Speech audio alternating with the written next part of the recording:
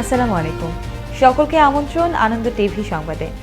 আপনাদের সঙ্গে আছে আমি সুমাইয়া আজাদ। আবারও দেশের খবর। চলতি মাসের 15 নভেম্বর থেকে পর্যটক ভিসায় নিয়মিত ফ্লাইটে ভারতে যাওয়ার সুযোগ পাবেন বাংলাদেশিরা। প্রাথমিকভাবে সেই ভিসায় ভারতে থাকা যাবে 30 দিন। মঙ্গলবার সকালে ঢাকায় নিযুক্ত ভারতীয় হাইকমিশনার বিক্রম দোরাইস্বামী আখাউড়া চেকপোস্টের জিরো লাইনে ভারতে যাওয়ার সময় সাংবাদিকদের সঙ্গে আলাপকালে এই কথা জানান।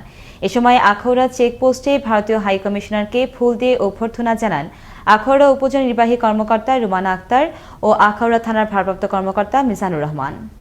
গোপন সংবাদের ভিত্তিতে মঙ্গলবার সকালে গাইবান্ধার গোবিন্দগঞ্জের পৌর শহরে ঠাকুরবাড়ি কলেজ রোড এলাকায় অভিযান পরিচালনা করে র্যাব 13।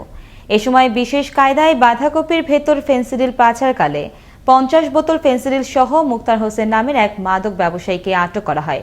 গ্রেফতারকৃতের বিরুদ্ধে মাদকদ্রব্য আইনে মামলা দায়ের করা হয়েছে। বিষয়টি নিশ্চিত করেন র্যাব 13 অতিরিক্ত পুলিশ সুপার আব্দুর রাজ্জাক খান। দেখছেন আনন্দ টিভি সংবাদ, সঙ্গে আছি সুমাইয়া আজাদ।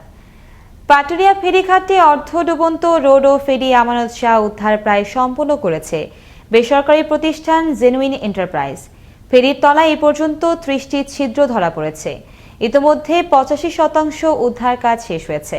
সোমবার রাত 9টার দিকে এই তথ্য নিশ্চিত করেন জেনুইন এন্টারপ্রাইজের ব্যবস্থাপক অজয় দেবনাথ। এর আগে গেল 29 অক্টোবর ফেরিটি উদ্ধারের প্রাথমিক কাজের অংশ হিসেবে অনুসন্ধান কার্যক্রম শুরু করে জেনুইনের ডুবুরি দল। এদিকে পাটুরিয়া ঘাটে যানবাহনে বাড়তি চাপে ঘাট এলাকায় তৈরি হয়েছে তীব্র যানজট। এতে ঘাট পয়েন্টে ছোট বড় পরিবহন ও পণ্য বোঝাই ট্রাক সহ পারাপারের অপেক্ষায় থাকে প্রায় 2 সহস্রাধিক যানবাহন। এই অবস্থায় অগ্রাধিকার ভিত্তিতে যাত্রীবাহী পরিবহন পার করা হলেও আটকে পড়েছে সাধারণ পণ্য বোঝাই ট্রাক। এতে দুর্ভোগে পড়েন ঘাটে আটকে থাকা পণ্য বোঝাই ট্রাকের চালক ও শ্রমিকরা। আসছে 11 নভেম্বর রংপুরের পীরগঞ্জের 10 ইউনিয়নে অনুষ্ঠিত হতে যাচ্ছে দ্বিতীয় ধাপের ইউপি নির্বাচন। শেষ মুহূর্তে জমে উঠেছে নির্বাচনী প্রচারণা।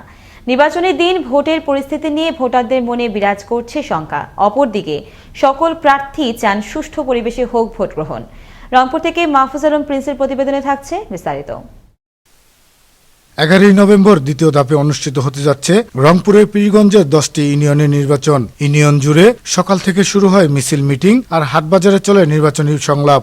শুরু থেকে প্রতিপক্ষকে হুমকি ধমকি আর নানা ধরনের অপরাধ কর্মকাণ্ডের উৎকণ্ঠায় এখানকার ভোটাররা। নির্বাচনকে কেন্দ্র করে অচেনা মুখের মানুষজন আসছেন ভোট চাইতে। অভিযোগ ভোটারদের, ডাঙ্গে পিঠে ভোট নেবে, কিন্তু সেই জনগণ, এই জনগণ এরা প্রতিহত করবে।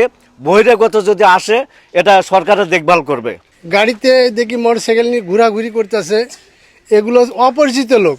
এরা কোথা থেকে আসছে কি করে কি আমরা জানি না। অন্য ইউনিয়নের লোক, অচেনা লোক এখানে আসিয়া গন্ডগোল সৃষ্টি করবি আর ভোট জোর করে নিবি। সরকার দলীয় প্রার্থী চান অবাধ ও সুষ্ঠু নির্বাচন। সরকার যথাযথ পদক্ষেপ না নিলে নির্বাচনে বিঘ্ন ঘটতে পারে বলেও শঙ্কার কথা জানালেন এ প্রার্থী।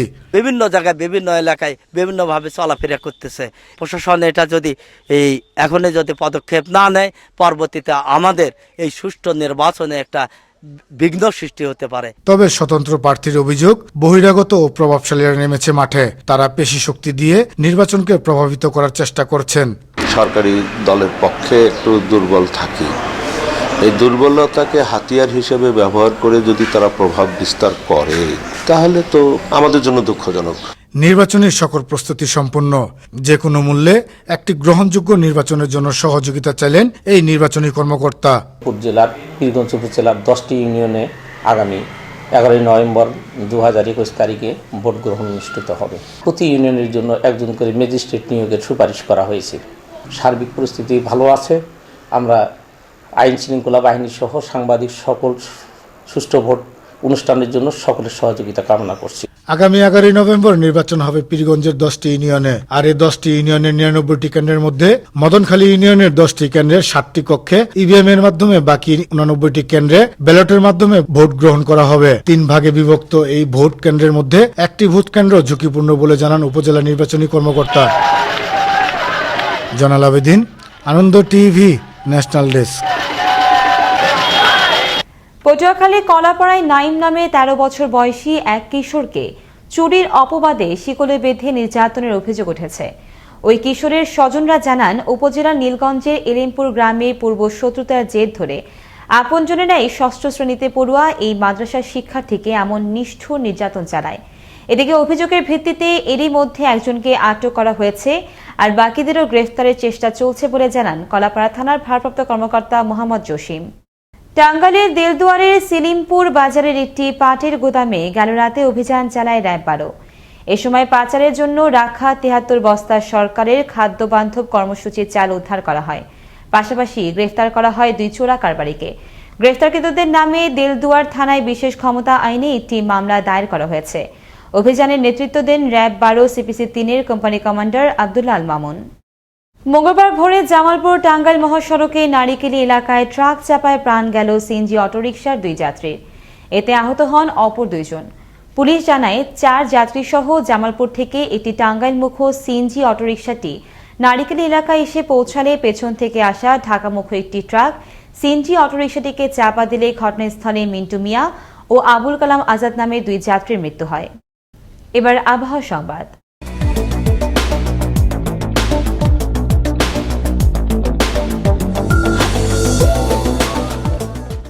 মঙ্গলবার সকাল 9টা থেকে পরবর্তী 24 ঘন্টার আবহাওয়ার পূর্বাভাসে বলা হয়েছে, দক্ষিণ পূর্ব বঙ্গোপসাগর এবং তৎসংলগ্ন এলাকায় একটি লঘুচাপের সৃষ্টি হতে পারে।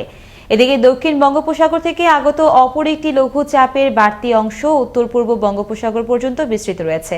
পাশাপাশি সারা দেশের আবহাওয়া শুষ্ক থাকতে পারে এবং এ সময় সারা দেশে রাত ও দিনের তাপমাত্রা প্রায় অপরিবর্তিত থাকতে পারে।